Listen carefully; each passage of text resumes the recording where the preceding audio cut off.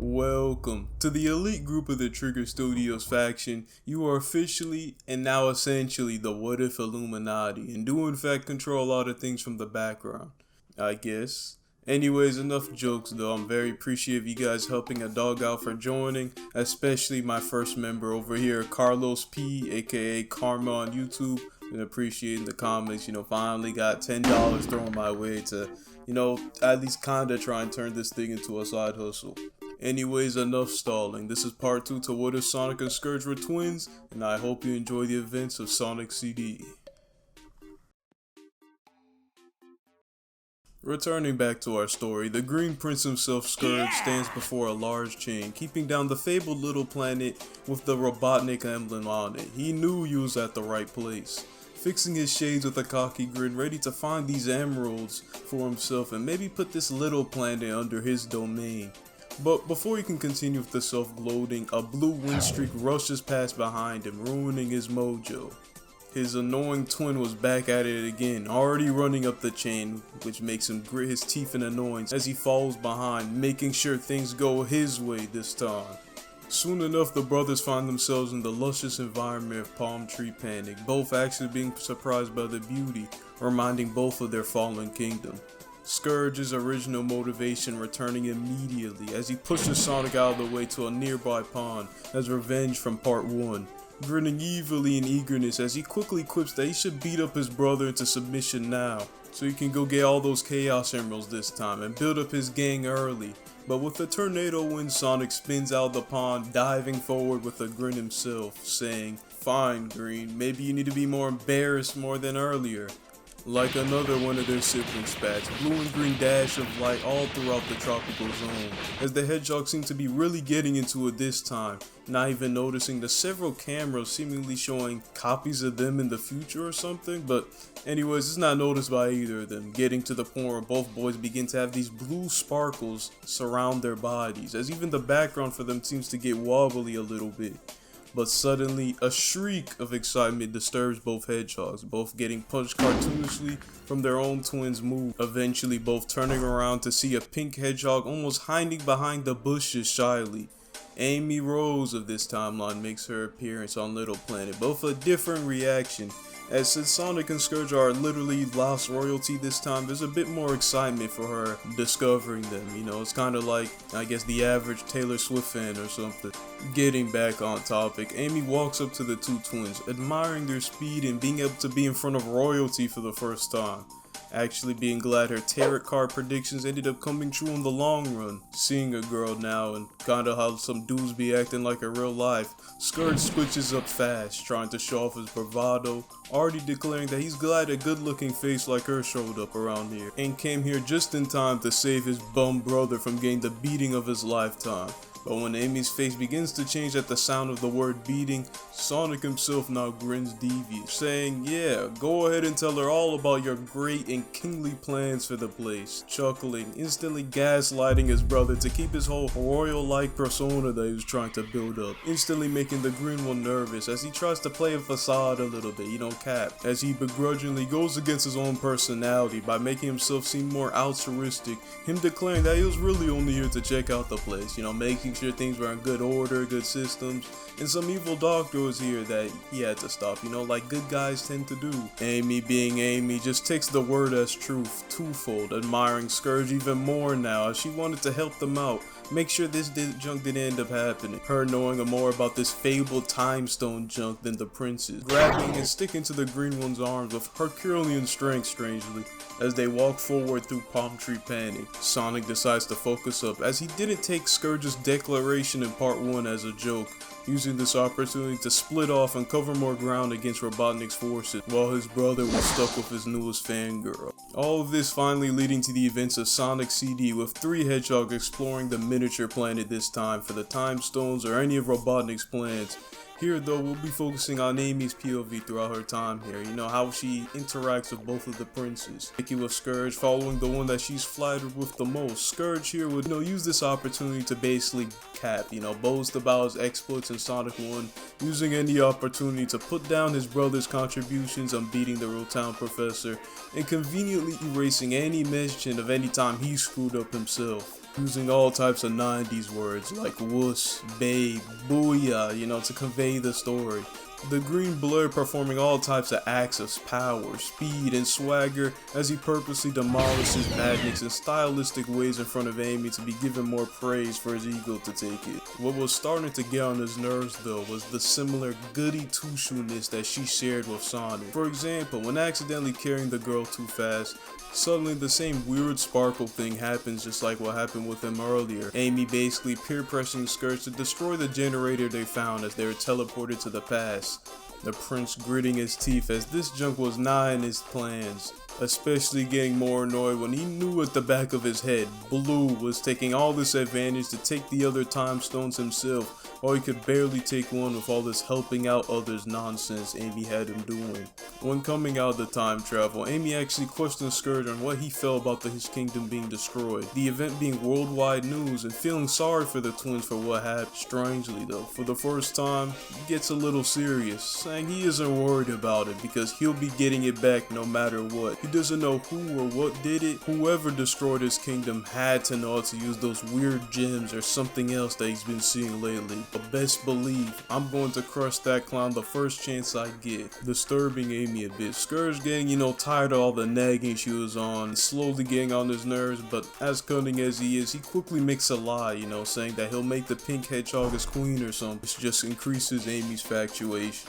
Switching to the time when she accompanies Sonic and Wacky Workbench, Scourge almost drops her off like a kid to daycare as he angrily speeds off to hopefully gain a lead back on the other time stone. Amy noticing some similarities, them having the same confidence, but the blue one over here was more cautious, especially with the uneasy physics they had going on in the zone, almost in a paranoid way a little bit, even though he always shrugged it off. The psychic, a little bit being endeared by this with how much he was caring about his safety, definitely coming to the conclusion by now that the loss of their kingdom definitely affected both of them in different ways. Being curious about the blueprint, she asked a similar question as she did Scourge earlier. Sonic currently already trying to find a way back to normal after that whole minimizing later hit him. The blueprints himself going on a little rant that his twin really got on his nerves. He honestly was a bit big-headed all the time, but his constant focus on being a king, ego, and all that royalty stuff got to the point where it was taken too far. The hedgehog then muttering something about their relationship to their father, but Amy was able to catch all of that.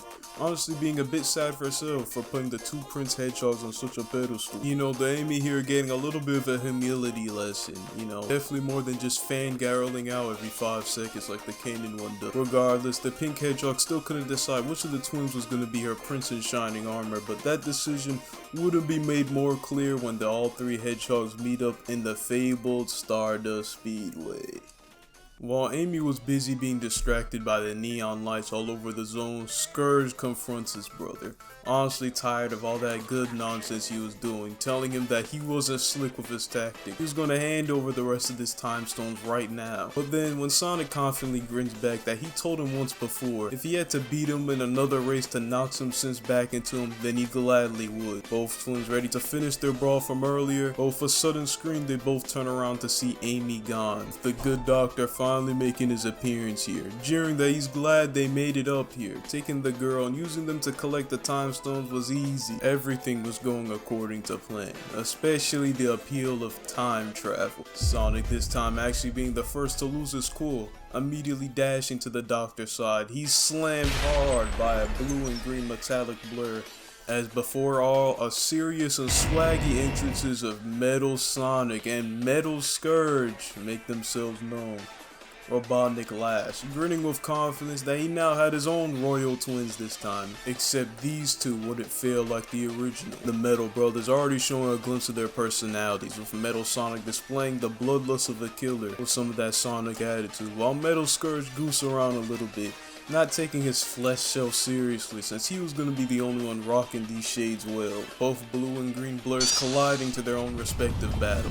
Sonic and his own copy racing all across Stardust Speedway, making all types of jokes that of course 2 more fakers were added to the list. But it's a surprise when Metal Sonic's red irises just grow more crimson, speed blitzing the hedgehog with a punch and grabbing his by his foot, then glowing with energy as a wave from his chest meets his arrival coolly. The fastest thing alive is able to knock the ball of energy back, saying that he's had more than enough experience with hard-headed speedsters as they clash for a spin dash. Meanwhile, with Scourge, who just finished cracking his knuckles, jeering that he's glad Robotnik and Amy are watching this, he was about to inhibit more fear and admiration to the former, throwing a quick jab at Metal Scourge, but it doesn't affect him, as he's then body slammed on the run.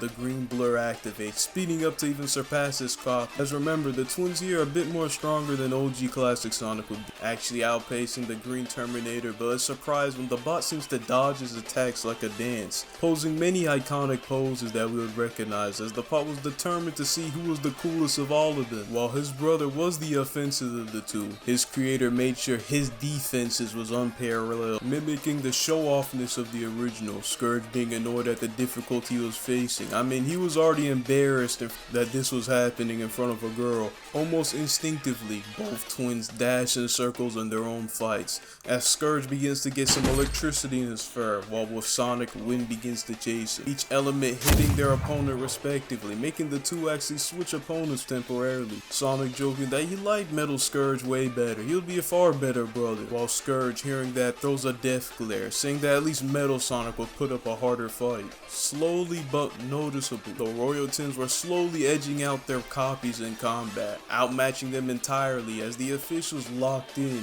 Amy began to cheer in excitement in her capture. The Doctor, though, was frustrated as he was triggered his own collection of data for the robots still didn't match up the originals. But before this robot twins can be hit with that Sonic OVA ending, with a wide smile, Robotnik simply orders Plan B, Brother Bond, as the two robots form up, fighting side by side, with Robotnik laughing. If there's one thing he built these two that he greatly noticed the brothers didn't have, was teamwork. Sonic and Scourge attempt to fight the duo, but it's like they knew everything they were going to do. It was strange, wasn't it?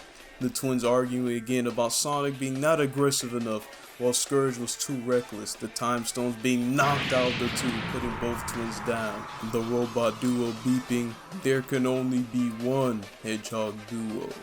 In the midst of this, Robotnik begins to test the hypothesis, purposely dropping the girl off on the ground and ordering for the Metallic brothers to aim their blast at her. As Amy shrieks in horror in slow motion, both twins look on, but only Scourge was the only one standing, with a little bit of fear actually, being met with the decision to quickly save the time stones, his ticket to power, his ticket to royalty, convincing himself that yeah, I'll just get the stones and the girl, even though to be honest he was honestly sick of playing hero by now, his frustrations at an all-time high, speeding up to grab the time stones in horror, Amy preparing herself to be consumed by the blast, but boom, she opens her eyes to see not green, but blue right in front of her. Sonic barely saving her, but barely keeping conscious as he took the brunt damage of the blast, having a burnt back.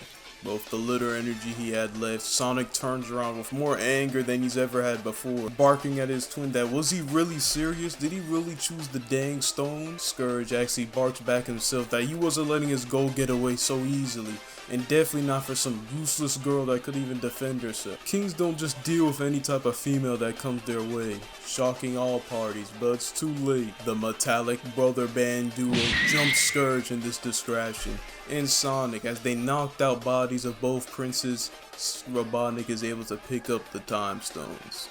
Ha! Sibling squabble, am I right?